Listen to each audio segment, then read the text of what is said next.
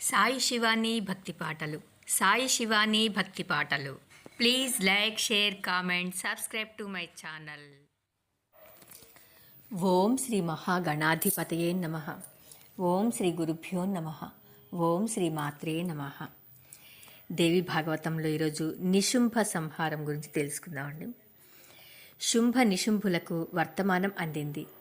బ్రహ్మాణి ప్రభృతులు రణరంగానికి దిగారని, కాళికాదేవి ఉపాయంగా రక్తబీజుడిని భక్షించిందని, ఇక తమ కోసమే ఆవురావురుమంటూ ఎదురు చూస్తోందని తెలిసింది. ఇంత బతుకు బతికి ఇప్పుడు ఈ ఆడదానికి భయపడి పారిపోవడమా? అవమానం, అంతకన్నా మరణమే వరణీయం అనుకున్నాడు శుంభుడు. అదే తెగింపుతో పలికాడు. తమ్ముడు నిశుంభ, నేను వెడుతున్నాను రణరంగానికి. అంబికను సంహరించి వస్తాను. ఒకవేళ రాలేదనుకో, నువ్వు ఈ కార్యాన్ని కొనసాగించు.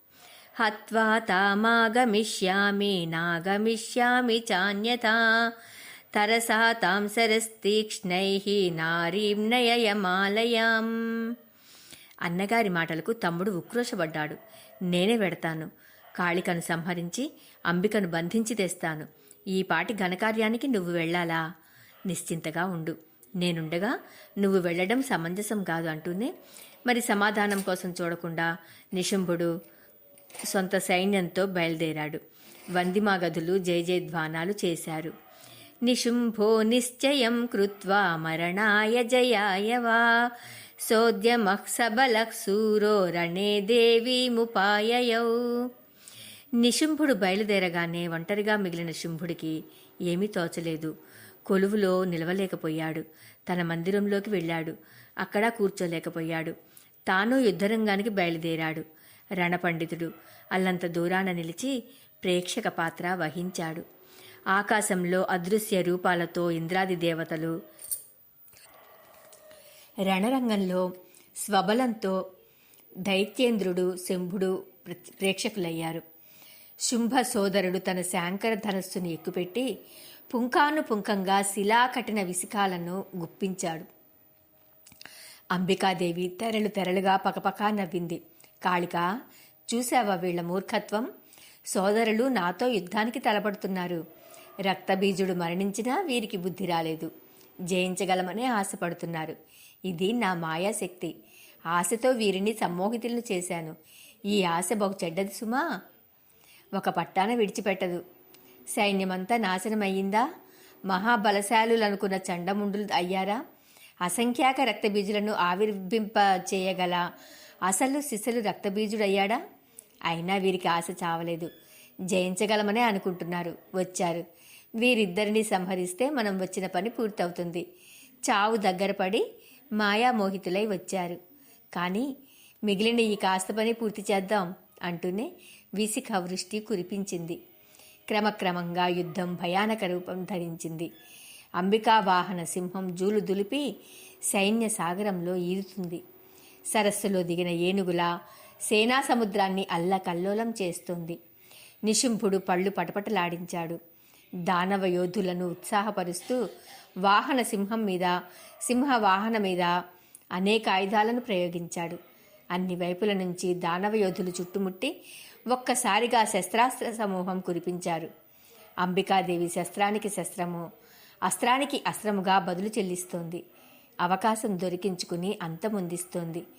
అంబికాదేవి యుద్ధ వైశారథ్యాన్ని చూస్తూ అల్లంత దూరాన నిలబడ్డ శుంభుడికి ఉత్సాహం ఉరకలు వేసింది.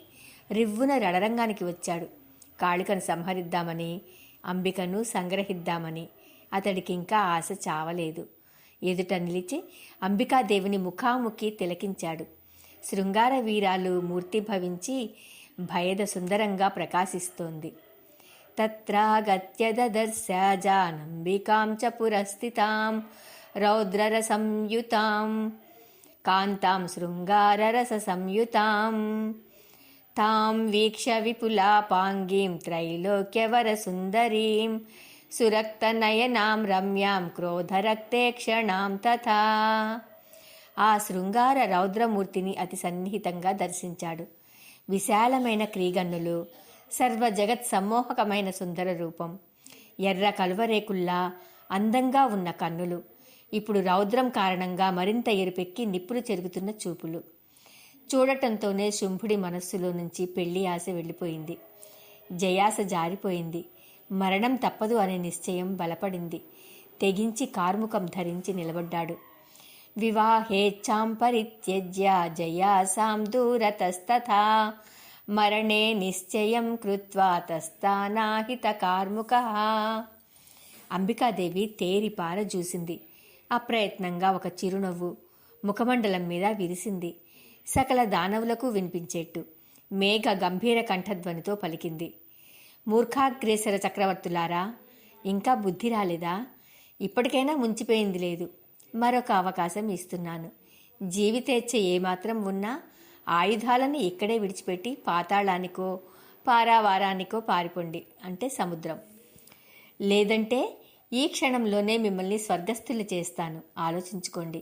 అభయం పొందుతారో అనిలో మ్రద్దుతారో.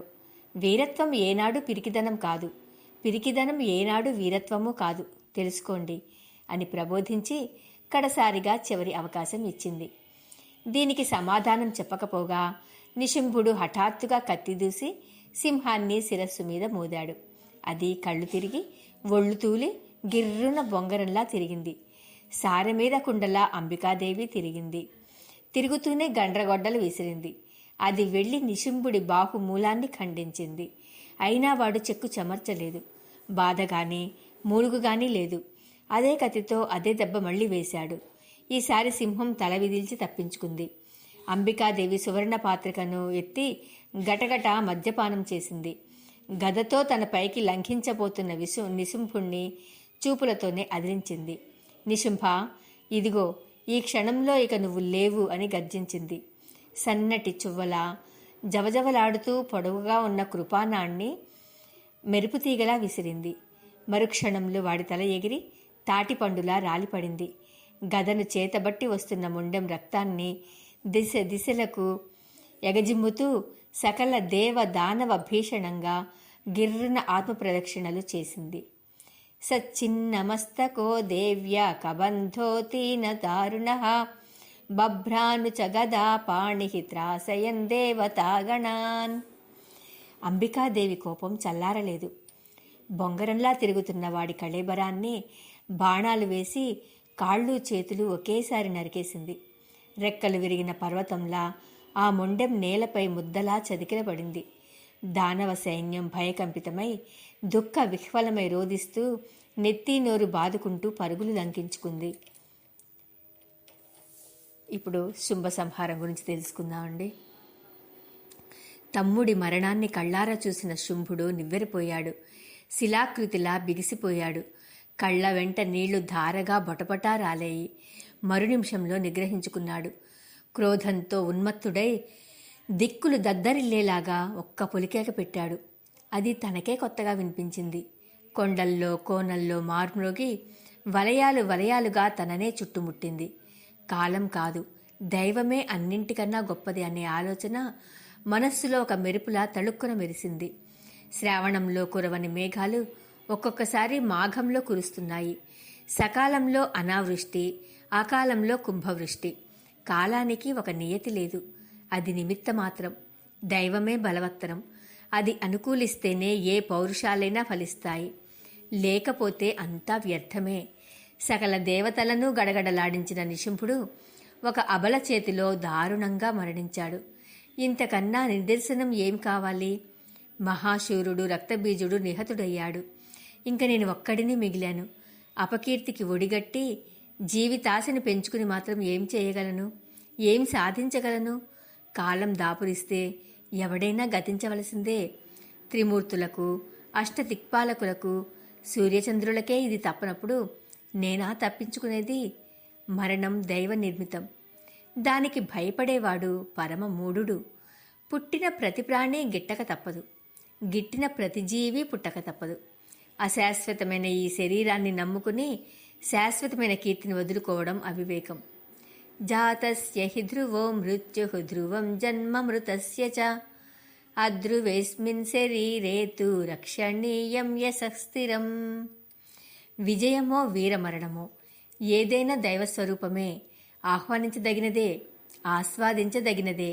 రాణి అంటూ నిశ్చల చిత్తంతో సూతుడి వెన్ను తట్టి పోని అన్నాడు. రథం కదిలింది. అంబికాదేవి ముందు నిలిచింది. శుంభుడు ఏకాగ్రచిత్తంతో చూశాడు. త్రైలోక్య మోహిని, సింహ వాహనారూఢ, సర్వాభరణ విరాజమాన, సర్వలక్షణ సంవృత కనిపించింది. దేవ గంధర్వామరులు స్తుతిస్తున్నారు. పారిజాత పుష్పాలతో అర్చిస్తున్నారు. అంబికాదేవి నిశ్చలంగా శంఖం పూరిస్తోంది. ఘంట నినాదం చేస్తోంది. శుంభుడు మోహపరవశుడయ్యాడు. కామమోహితుడయ్యాడు. అనూహ్యంగా మన్మధార్తికి లోనయ్యాడు. ఆహా, ఏమి రూపం, ఏమి సౌందర్యం, ఏమి రణచాతుర్యం! పరస్పర విరోధులైన సౌకుమార్య ధైర్యాల కలయిక. ఓహో! అహో రూపమిదం సమ్యక్, అహో చాతుర్యమద్భుతం, సౌకుమార్యం చ ధైర్యం చ పరస్పర విరోధియత్. మెరుపు తీగలాగా తన్వంగి, మాలతీలతలాగా అత్యంత సుకుమారి, ప్రారంభ యవ్వనంలో ఉన్న పడుచుపిల్ల. ఈ బాలామణి కామభావాన్ని జయించిందంటే ఆశ్చర్యంగా లేదు. రూపలక్షణాలన్నింటా సాక్షాత్తు రతీదేవిలా ఉంది. ఈ అంబిక ఇంతమంది మహావీరాధివీరులను సంహరించడమేమిటి? అసంభవం. ఇదేదో మాయ. ఈ బాలామణిని వశం చేసుకోవాలి, ఉపాయంగా లొంగదీసుకోవాలి. వశీకరణ మంత్రాలేవి నాకు రావే. అయినా సర్వమంత్రమయ్యి ఈ జగన్మోహిని మంత్రాలకు లొంగుతుందా? పైగా మదగర్విత, అస్సలు లొంగదు. సామదానోపాయాలు ఫలించలేదు. భేదోపాయానికి అవకాశం లేదు. పోనీ దండోపాయం ప్రయోగిద్దామంటే ఇంతటి మహాబలవంతురాలి దగ్గర అది పనిచేస్తుందనే నమ్మకం లేదు. అందుచేత పారిపోవడం కన్నా పోరాడి పోరాడి మరణించడమే శ్రేయస్కరం. విజయమో వీరమరణమో విధి విహితం ఏదో అది ఈ పూట జరిగి తీరుతుంది. తస్మాత్తు మరణం శ్రేయో న సంగ్రామే పలాయనం, జయో నా మరణం వాద్య భవత్యేవ యథావిధి. శుంభుడు ఇలా అన్ని విధాలా ఆలోచించి యుద్ధానికి నడుం బిగించాడు. ధనుష్టంకారం చేసి హుంకరించాడు. రథాన్ని మరింత ముందుకు పోనిచ్చి, దేవి, యుద్ధం చెయ్యి. ఇప్పటిదాకా నువ్వు పడిన శ్రమ అంతా ఈ క్షణంతో వృధా అయిపోతుంది. నీ మూర్ఖత్వం ఏమిటో ఎంతకీ అర్థం కావడం లేదు. ఒక ఆడది ఇలా యుద్ధానికి దిగడం కనీ విని ఎరగను. ఇది స్త్రీ ధర్మానికే విరుద్ధం. అయితే నీ వంటి అందగత్తెలకు చూపులే బాణాలు, కనుబొమ్మలే ధనుస్సులు, హావభావాలే శస్త్రాలు. నాలాంటి పురుషుడే లక్ష్యం. సుగంధ ద్రవ్యాలే సమర సన్నాహాలు, మనోరథాలే రథాలు, గుసగుసలే భేరీ నినాదాలు. ఇంకా ఏమీ అవసరం లేదు. ఇతర శస్త్రాలను అస్త్రాలను ధరించడం కేవలం నా అభినయం. నారీణాం లోచనే బాణాభ్రువానే నాశరాసనం, హావభావాస్తు శస్త్రాణి పుమాన్ లక్ష్యం విచక్షణః, సన్నాహశ్చాంగరాగోత్రా రథశ్చాపి మనోరథః, మందప్రజల్పితం భేరీ శబ్దో నాన్యః కదాచన. చమత్కారాలకేమి గాని సరసిజాక్షి, స్త్రీలకు అలంకారం సిగ్గే. ఇలాంటి దార్ఘికం కాదు. ధనస్సు ఎక్కుపెట్టి బాణాలను వదులుతుంటే మాటి మాటికి బయటపడే ఎత్తైన గుండెలను ఎలా దాచుకుంటావు? గదను చేతబట్టి శత్రువును వెన్నంటి తరుముతుంటే నీ సవిలాస మందగమనం ఏమవుతుంది? అదిగాక నీ వంటి సుకుమారికి ఈ కరాళ కాళికాదేవి సలహాదారా? ఏదో మహామాంత్రికురాలిలాగా ఉందే తప్ప చెలికత్తెలాగా లేదు. గొంతు విప్పితే గరగరమంటోంది. పోనీ వాహనం చూద్దామా అంటే సర్వసత్వ భయంకరమైన సింహమా? వీణులకు విందు చేసే వీణానాదాన్ని వదిలేసి ఘంటానాదం చేస్తున్నావా? నీ రూపానికి, నీ యవ్వనానికి పూర్తి విరుద్ధంగా ఉంది నీ సంరంభం. బాలామణి, యుద్ధమే చెయ్యాలి అనుకుంటే దయచేసి ఈ సుందర రూపాన్ని విడిచిపెట్టు. వేలాడే పెదవులు, పెరిగి పెరిగి మెలికలు తిరిగిన గోళ్ళు, గీస్తే మసిరాలే కాకి నలుపు, కాకి గొంతు, కాకి చూపు, లంబ పాదాలు, కోరల్లాంటి దంతాలు, పిల్లి కన్నులు, ఇలాంటి ఒక వికృత రూపం ధరించి వచ్చి నిలబడు. కర్కశంగా మాట్లాడుతూ నన్ను రెచ్చగొట్టు. అప్పుడు యుద్ధం చేస్తాను. అంతేకాని ఇంతటి అందగత్తి కథ మీద కత్తి దుయ్యటం ఎలాగా? నాకు చెయ్యాడదు అన్నాడు. మన్మథ మహాసామ్రాజ్ఞిలాగా, మన్మథ ఓ బాల మృగనైనా క్షమించు, ఈ రూపంలో నిన్ను సంహరించలేను. ఈదృశీం సుదతీం దృష్ట్వా నమే పాణి ప్రసీదతి హంతుం త్వాం మృగశాభాక్షి కామకాంతోపమే మృతే. యుద్ధానికని వచ్చి కామార్తుడై నిలిచి ఇలా ప్రసంగిస్తున్న శుంభుణ్ణి చూసి జగదంబిక చిరునవ్వులు చిందించింది. మందమతి, కామమోహితుడవై పలవరిస్తున్నట్టున్నావు. నా మీద కత్తి దుయ్యలేకపోతే పోని, ఇదిగో కాళిక ఇక్కడే ఉంది. నువ్వు కోరుకున్న క్రూర కరాళ రూపంలో ఉంది. ఈవిడితో యుద్ధం చెయ్యి. నీ ఇష్టం వచ్చిన ఆయుధాలతో ప్రహరించు. నేను ప్రేక్షకురాలినై సాక్షి మాత్రంగా నిలబడతాను. యుద్ధమే చెయ్యను. చెయ్యాలనే ఉత్సాహం కూడా లేదు.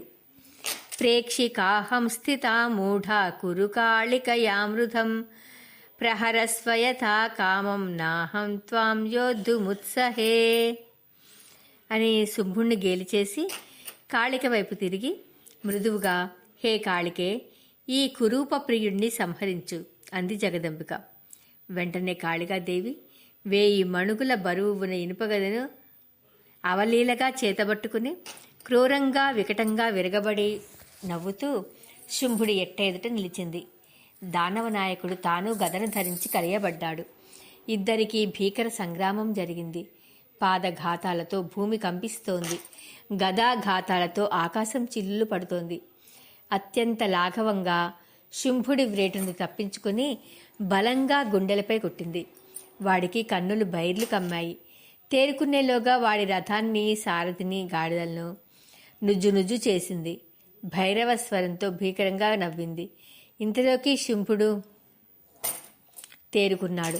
విరగబడి నవ్వుతున్న కాళికాదేవి గుండెలకు గురిపెట్టి గదను గిరగిరాలు తిప్పి విసిరాడు. వెంట్రుక వాసులో నేర్పుగా తప్పించుకుంది. కత్తి దూసి ముందుకు వచ్చింది. గదను విసిరిన ఊపులో ముందుకు తూలిన శుంభుడి ఎడమ భుజాన్ని లేత కొమ్మను నరికినంత తేలికగా నరికేసింది.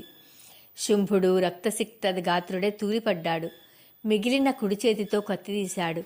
దూసినంతలోనే కత్తితో సహా కుడి భుజం రాలిపడింది. కాళికా నైపుణ్యానికి దేవతలు కూడా ఆశ్చర్యచకితులయ్యారు. శుంభుడు క్రోధం పట్టలేక ఎగిరి కాళ్ళతో తనడానికి ప్రయత్నించాడు. 2 కాళ్లను ఒకేసారి ఖండించింది. నేలకు నిలబడ్డాడు. నిలు నిలు అని అరుస్తున్నాడు. కాళికాదేవి కన్నులు చిట్లించి క్రూరంగా నిశితంగా చూసింది. మరొక్క ప్రహారంతో శిరస్సును ఛేదించింది. రక్తం ఉబికి ఉబికి ప్రవాహాలు కట్టింది. కళేబరం గిరిశిఖరంలా నేలకు ఒరిగిపోయింది. శుంభుడి ప్రాణాలు అనంత వాయువుల్లో కలిసిపోయాయి. ఇంద్రాది దేవతలు ప్రత్యక్షమై కాళికను, అంబికను స్తుతించారు. సుగంధ పరిమళాలను వెదజల్లుతూ చల్లని వాయువులు వీతెంచాయి. దిక్కులు తేటపడ్డాయి. హోమాగ్నులు ఆనందంతో ప్రదక్షిణాచులను ఎగజిమ్మాయి. హతశేషులైన దానవులు జగదంబికను శరణు వేడారు. ఆయుధాలను విసర్జించి పాతాళానికి వెళ్ళిపోయారు. జనమేజయ, ఇది దేవీ చరిత్రలో ఉత్తమోత్తమ ఘట్టం. దానవులను శిక్షించింది, దేవతలను రక్షించింది. ఈ ఘట్టాన్ని భక్తితో చదివినవారు, విన్నవారు సకల జయాలను పొందుతారు, కృతార్థులవుతారు. సంతానం లేని వారికి సంతానం కలుగుతుంది. నిర్ధనులు ధనవంతులవుతారు. రోగులకు పరిపూర్ణ ఆరోగ్యం చేకూరుతుంది. శత్రుభయం నశిస్తుంది. కోరికలన్నీ తీరతాయి. ఇది జయప్రదము, విజయప్రదము అయిన ఘట్టం. సమాధి సురథుల వృత్తాంతం. వ్యాసమునీంద్ర, అంబికా మహిమను అద్భుతంగా వర్ణించి చెప్పావు. నా జన్మ ధన్యమయ్యింది. ఈ జగదంబికను పూర్వకాలంలో ఎవరు ఎలా ఆరాధించి ప్రసన్నురాలిని చేసుకున్నారు, ఏ ఏ ఫలాలను పొందారు, ఈ విశేషాలు తెలుసుకోవాలని కుతూహలంగా ఉంది. దయచేసి వివరించు అని అభ్యర్థించాడు జనమేజయుడు. అప్పుడు వ్యాసుడు మహామాయా పూజా విధానాన్ని తెలియజేశాడు. జనమేజయ, పూర్వం స్వారోచిష మన్వంతరంలో సురథుడు అనే మహారాజు ఉండేవాడు.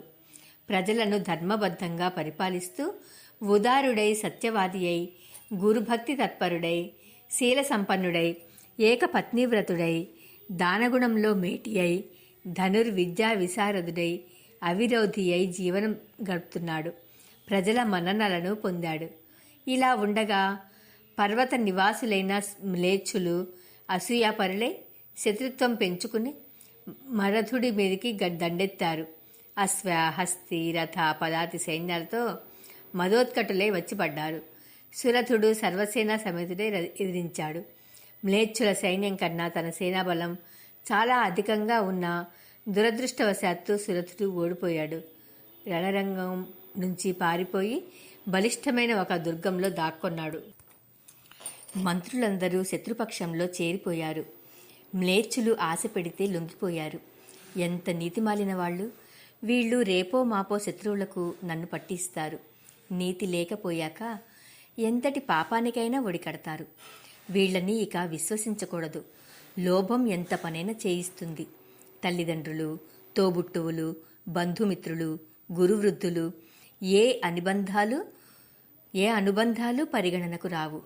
అందరినీ ద్వేషిస్తారు. అవకాశం దొరికితే అంతమొందిస్తారు. కాబట్టి వీళ్ళని విశ్వసించను అని ఆలోచించి సురథుడు గుర్రాన్ని అధిరోహించి ఒంటరిగా అడవుల్లోకి వెళ్ళిపోయాడు. పోగా పోగా ఒక ఆశ్రమం కనిపించింది. అది సుమేధసుడి ఆశ్రమం. ఎత్తుగా పెరిగిన వృక్షాలతో పచ్చగా కనువిందు చేస్తోంది.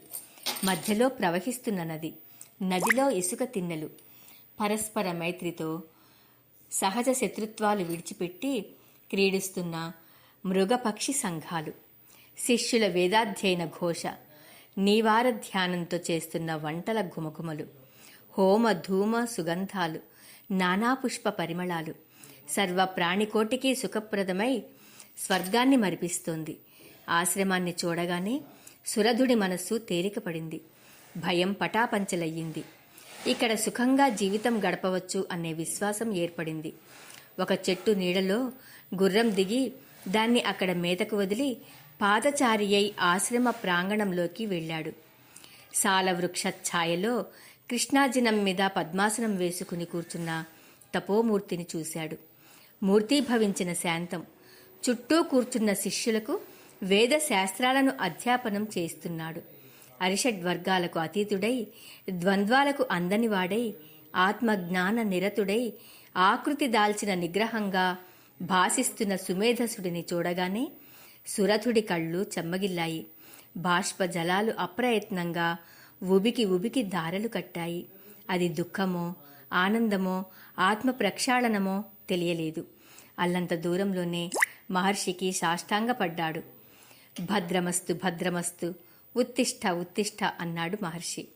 శిష్యుణ్ణి పిలిచి దగ్గరగా ఆస్తరణం వేయించాడు. దానిమీద కూర్చోమన్నాడు. సురథుడు మౌనంగా వెళ్లి కూర్చున్నాడు. సుమేధుడు అర్ఘ్యపాద్యాలు ఇచ్చి అతిథి మర్యాదలు జరిపాడు. తమరు ఎవరు? ఇటు ఎందుకు వచ్చారు? చింతాకుల చిత్తులై కనిపిస్తున్నారు. కారణం ఏమిటి అని కుశల ప్రశ్నలు వేశాడు. సురథుడు ఇంకా తేరుకోలేదు. మౌనంగానే ఉండిపోయాడు. కన్నీటి జడి తెరిపి ఇవ్వడం లేదు. మహర్షి మళ్లీ పలకరించాడు. సంశయించకండి. మనస్సులో ఉన్న బాధ ఏమిటో చెప్పండి. ఏదైనా పని మీద వచ్చి ఉంటే పర్వాలేదు, చెప్పండి. అది ఎంతటి అసాధ్యమైనా మీ కోరిక తీరుస్తాను. గోప్యం కాకపోతే చెప్పండి అన్నాడు సుమేధసుడు. అప్పటికి సురథుడు పెదవి కదిపాడు. మహర్షి, నన్ను సురథుడు అంటారు. నేనొక సామ్రాజ్యానికి రాజును. శత్రువుల చేతిలో ఓడిపోయాను. రాజ్యాన్ని, రాజధానిని, పట్టమహిషిని వదిలేసి ఇటు వచ్చాను. నిన్ను శరణు వేడుతున్నాను. నువ్వే రక్షకుడివి. అన్యథా శరణం నాస్తి. నువ్వు ఏది ఆజ్ఞాపిస్తే అది భక్తితో ఆచరిస్తాను. శత్రువులకు దారుణంగా భయపడి నీ సమీపానికి పారిపోయి వచ్చాను. శరణాగత వత్సల, రక్షించు, నన్ను రక్షించు అంటూ మళ్లీ సాష్టాంగపడ్డాడు. సుమేధసుడు లేవనెత్తి దగ్గరగా కూర్చోబెట్టుకుని అభయం ఇచ్చాడు. సురథ మహారాజా, మీరు ఈ ఆశ్రమంలో నిర్భయంగా నివసించండి. ఇక్కడ ఏ శత్రుభయమూ లేదు, ఉండదు. ఇక్కడికి వచ్చేవారంతా తపోబల సమన్వితులు. హింస అనేది ఈ దరిదాపులకు రాదు. వనవృత్తితో జీవించేవాళ్లమే అందరమూను. నీవార కందమూల ఫలాలతోనే మా జీవనం. మీరు వాటితోనే గడపాలి మరి అన్నాడు. సురథుడు సంబరపడుతూ ఆ నియమానికి అంగీకరించి ఆశ్రమవాసి అయ్యాడు. కందమూల ఫలాలతో శుచిగా జీవిక సాగిస్తున్నాడు. కొంతకాలం గడిచింది. ఒకనాడు ఎందుకనో హఠాత్తుగా సురథుడి మనస్సు పాత జ్ఞాపకాలలోకి వెళ్ళింది. గాలి ఇంటి మీదకు మళ్ళింది. రాజ్యం పాపాత్ములైన మిలేచ్చుల చేతిలోకి వెళ్ళిపోయింది. ఆ సిగ్గులేని దుర్మార్గులు ప్రజల్ని ఏం పీడిస్తున్నారో ఏమో. నా ఏనుగులు గుర్రాలు మేతలేక చిక్కి శల్యమైపోయి ఉంటాయి. నా సేవకులందరూ ఆ మ్లేచ్చులకి వశవర్తులైపోయుంటారు. నేనున్నప్పుడు ఎంతో ఆనందంగా ఉల్లాసంగా ఉండేవారు. బహుశా ఇప్పుడు ఏడుస్తూ చాకిరీ చేస్తుంటారు. నేను సంపాదించి పెట్టిన కోశాగారం ఈ పాటికి ఖాళీ అయిపోయింటుంది. ద్యూత క్రీడలకు, మద్యపానాలకు, వ్యసనాలకు, విలాసాలకు ఖర్చు పెట్టేసి ఉంటారు. ఆ మ్లేచ్చులు పాత్రులకి దానం చేసి ఉంటారనుకోను. మంత్రులు వారికి వంతపాడుతూ అలాగే అయిపోయింటారు. ఒక చెట్టు నీడలో తీరుబాటుగా కూర్చుని సురథుడు ఇలా ఆలోచిస్తూ ఉండగా ఒక వైశ్యుడు దిగులుగా నడుచుకుంటూ అటువైపు వచ్చాడు. సురథుడిని చూడగానే కాసింత కుదుటపడి చేరువకి వచ్చి మెల్లగా కూర్చున్నాడు. ఎవరు నువ్వు? ఎందుకు దిగులు పడుతున్నావు? ఇలా వచ్చావేమిటి? భయపడకు, నిజం చెప్పు.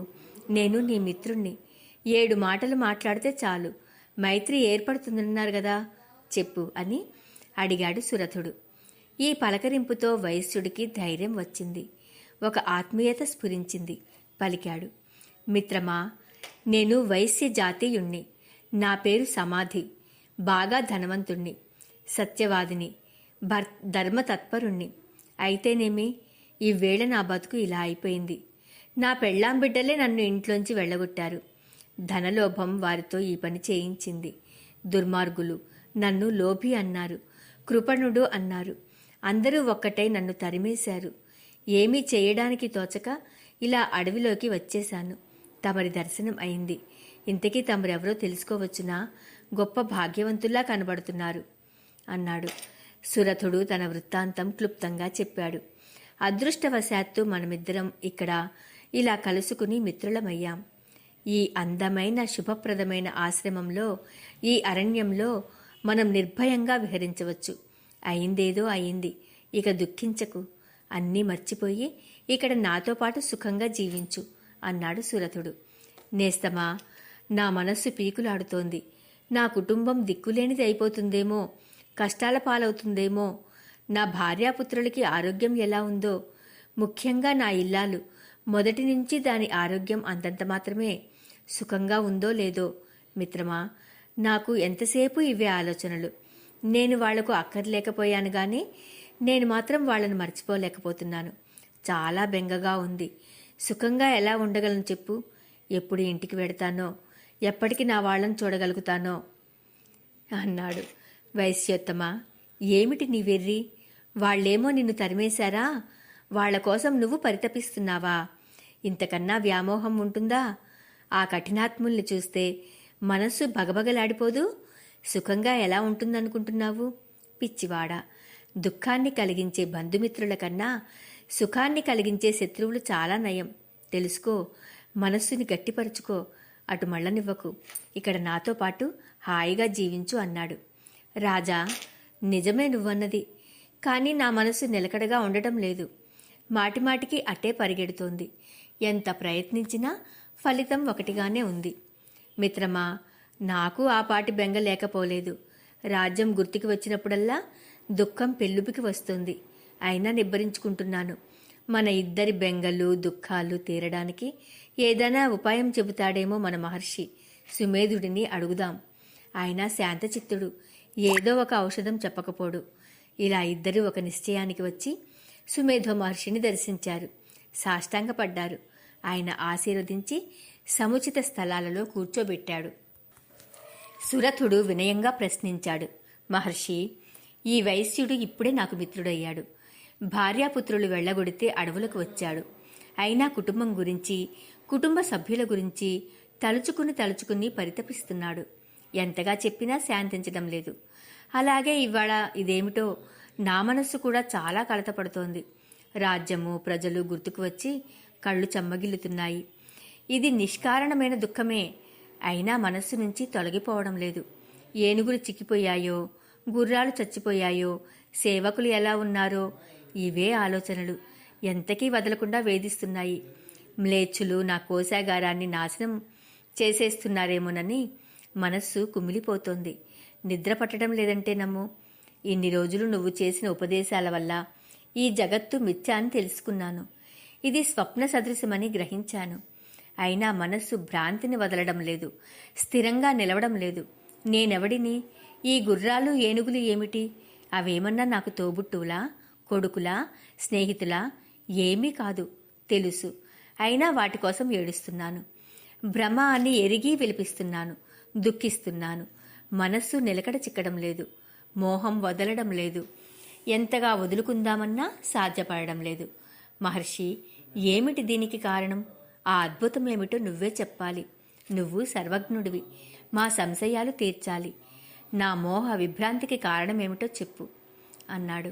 సుమేధుడికి సురతుడి ఆవేదన, ఆర్తి అర్థమయ్యాయి.